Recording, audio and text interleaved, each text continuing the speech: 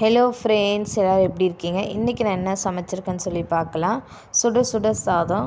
நேற்று நைட்டு தக்காளி தொக்கு வச்சுருந்தேன். அதை எடுத்து ஃப்ரிட்ஜில் வச்சு காலைல சூடு பண்ணி காலைல சாப்பாடு சாப்பிட்டுட்டேன். இன்றைக்கி ஹஸ்பண்ட் சென்னையிலேருந்து ஊருக்கு வராரு.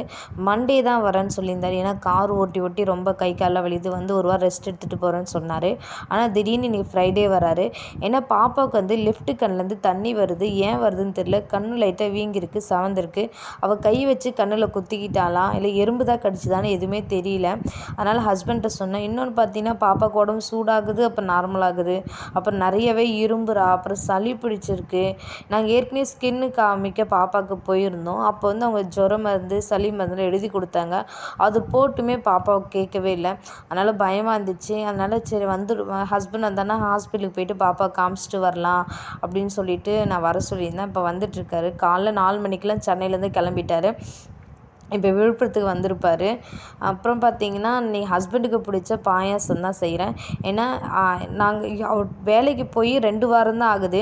ஆனால் ரொம்ப நாள் கழிச்சு என்னமோ வெளிநாட்டிலேருந்து ஊருக்கு வர மாதிரி எனக்குள்ளே ஒரு சந்தோஷமாக இருக்குது. அதனால் அவருக்கு ஸ்வீட்னாவே ரொம்பவே பிடிக்கும். அது பாயாசம், கேசரி, பால்கோலாம் ரொம்பவே அவருக்கு பிடிக்கும். அதனால் வரதுனால அவருக்கு பிடிச்ச மாதிரி ஒரு ஸ்வீட் தான் இன்றைக்கி நான் பாயாசம் தான் செஞ்சுருந்தேன். அவர் என்ன ரியாக்ஷன் பண்ணுவார் தெரியல, ஆனால் பார்க்கலாம். அப்போ பாப்பா வச்சுக்கிட்டு ஒவ்வொரு வீடியோவும் எடுக்கவே முடியல. இந்த வீடியோ நான் எடுக்கிறதுக்கு 1.5 மணி நேரமாக நான் ஸ்டாண்டு செட் பண்ணேன். ஆனால் செட் பண்ணவே முடியல. ஆனால் கடைசியில் ஸ்டாண்டு செட் பண்ணி வீடியோவும் எடுத்துட்டேன். ஃப்ரெண்ட்ஸ், ஒவ்வொரு வீடியோ இருக்குல்லையும் ரொம்பவே கஷ்டமாக இருக்குது. நிறைய பேர் பார்க்குறீங்க, லைக் பண்ணாமல் பார்த்துட்ருக்கீங்க. என்னோடய சேனலை லைக் பண்ணி சப்ஸ்கிரைப் பண்ணுங்கள்.